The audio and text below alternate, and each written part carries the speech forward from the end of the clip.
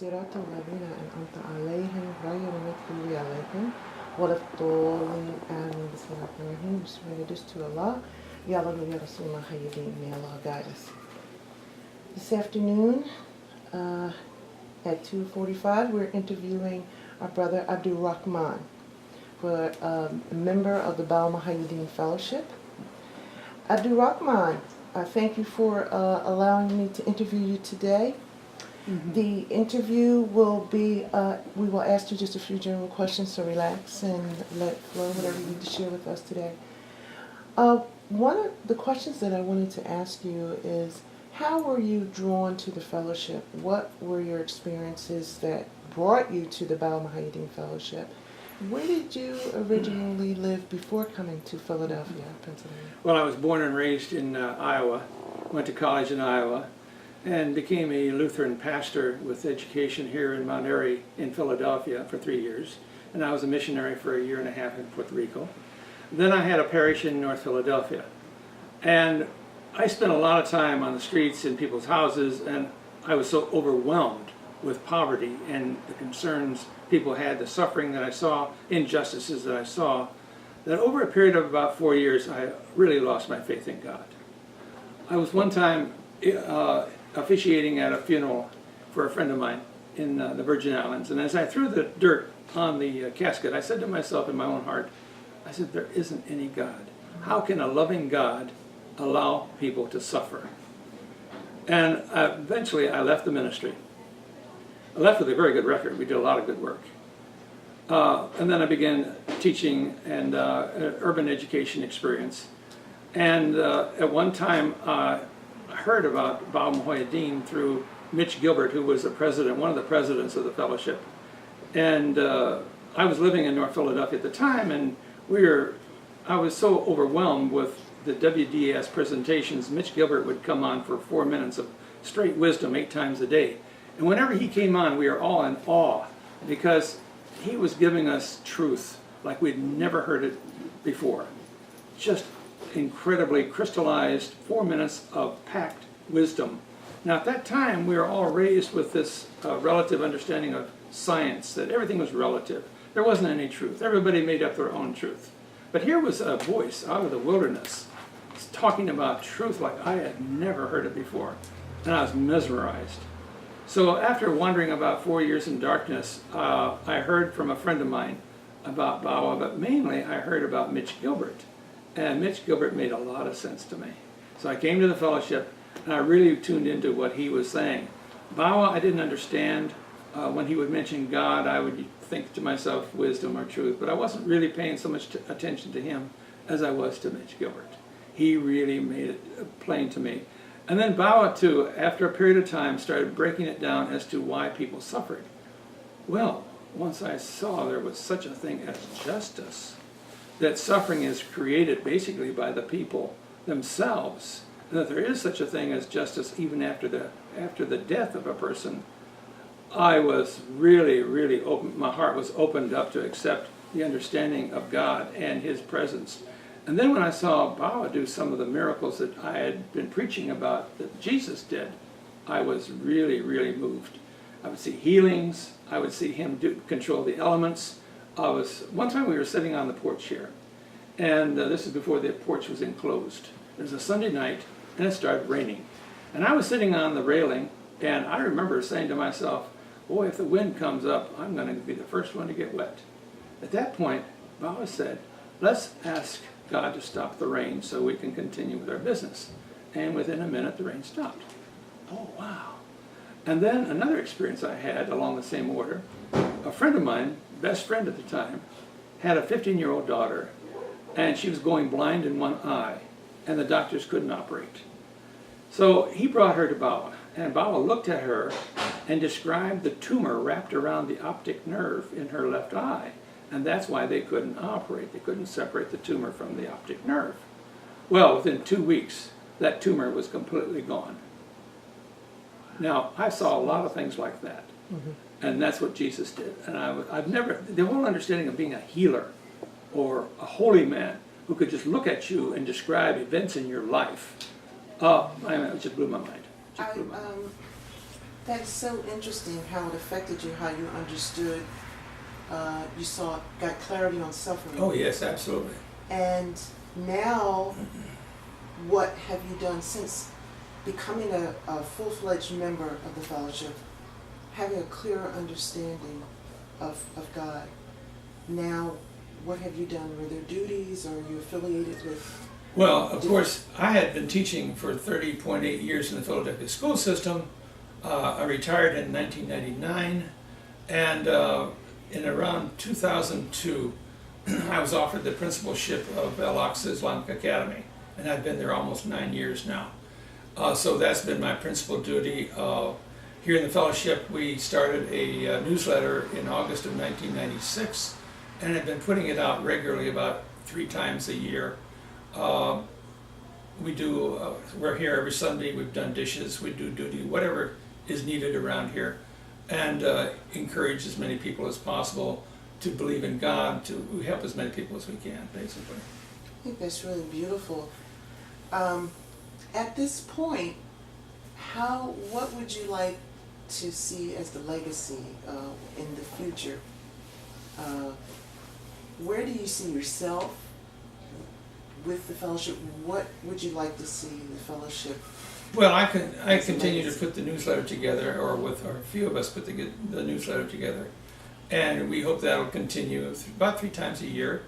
We intend to encourage as many people as possible to come to the fellowship. My daughters, or foster daughters, now are associated with the fellowship. People at Al-Aqsa know more about the fellowship.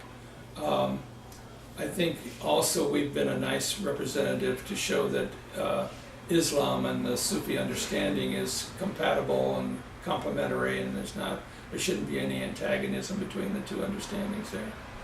But the fellowship is growing, and we're seeing a deepening of the faith. Everyone is experiencing very firm certitude now that they didn't have before, at least I am. And people I've talked to, they have a nice understanding now that's much firmer and deeper than it was before when they first came. It's a matter of degrees. Everybody's step by step getting rid of the bad qualities, adopting the new qualities, practicing the presence of God, seeing the 99 qualities develop and grow.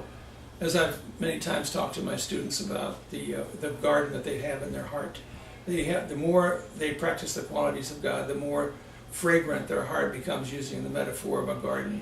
And if they develop their faith and use God's qualities, which is their treasure and their rightful heritage, they will have a peace, they will have contentment, they will have a wonderful life. On the contrary, if they don't practice the presence of God using these qualities, they'll find themselves undeveloped, and they'll die in a very, very bad way, and with very unfortunate consequences.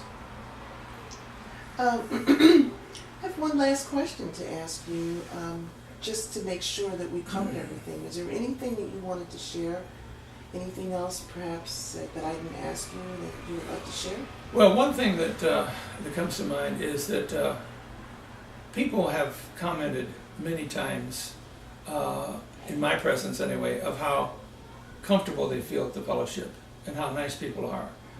I knew a brother from Pakistan, and he said, I've been to masjids all over the world, and believe me, brother, he said to me, this is the warmest, kindest group of people I've ever encountered. Now, I heard that from him. I heard it also from an Egyptian, said the very same thing. And it's just a very nice thing that people here, there's unity. There's unity with everyone. Bawa said that everyone is your brother and sister, and here it's practiced. So it's a very nice feeling that we have, that we communicate to people. They understand it, they feel it. They may not be able to verbalize it, but they know when they're loved. And that's what we have to offer. Well, thank you, my brother. Assalamu alaikum. Alaikum assalam.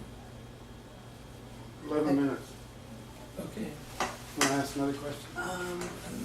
You need more? You have a question? No. Well, can I ask? Yes. I didn't Yes. Tell her. Well, can you tell me? Yeah. Tell her. The question I wanted to know was, You don't have why to does he come? Why does he come to the mosque? And he comes so regularly. Why do you come in the morning for You dhikr? make such an effort to come to mosque. Well, no, the question is, why do I come to the mosque? Or why do I come often? one thing I found out very much early on when I was teaching.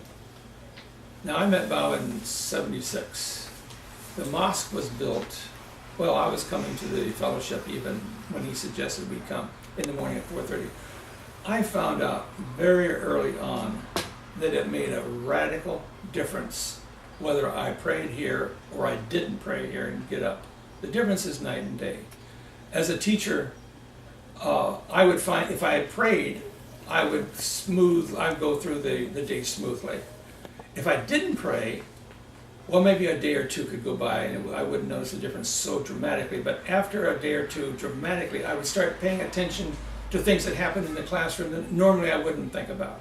Normally I'd let pass. I'd pay attention to the wrong things. I'd get out of balance, and there would be a roughness to the whole experience. I'd start walking away from the classroom with some ugly feelings, whereas when I prayed, everything was smooth, perfect synchronicity. It was everything came and went in a proper way, and I was putting things in proper proportion. And that's the problem in classroom teaching or any job, keeping things in perspective. If you lose your balance, then you see things when you're not supposed to see, or you think about things you're not supposed to think about, or you evaluate things differently. You get way out of balance. You might be into an anger section when normally that's not even a part of your normal routine, is being into the anger section. Another thing, a point that I really make strongly with my kids is the spiritually adept. First of all, everybody has an anger room in their heart. Now, some are different sizes, and I say to the kids this way: I said, a rap artist, he not only has a room in his heart, he's got a mansion, and he lives in that mansion all the time. He loves being angry. Now, what does an anger room look like in most people's heart? I compare it to a room, a basement room, with holes in the wall, blood on the floor, broken furniture, pictures tore up, broken glass, and maybe there's a light bulb hanging down from a wire, and it's a very bad place to be. Because when you get into an anger space, you tear up your memories, you throw away your relationships, you do everything, you bust everything, and you make a mess of your life. Now, a spiritually adept person has not a room. They don't even have, they have a little tiny space, a crawl space. And then in front of that crawl space, they have a door with a lock on it with chains around it. So by the time they get the chains off and the door unhinged, then they're not angry anymore. So they hardly ever get into an anger space. And that's the difference between night and day, between being adept, having somebody like Bawa teach you, and not having a teacher. If you don't have a teacher, you can be going to the mosque day in and day out, and you'll still see people fly off the handle, get furiously angry. They're just off the charts in anger, and yet they're piously going to the mosque every day to pray. But it takes a lot more than just praying. It takes a lot of work, inner work, and that's what Bawa does. He puts us on the inside. He says, you've got to develop yourself. It's not enough just to put your head on the carpet.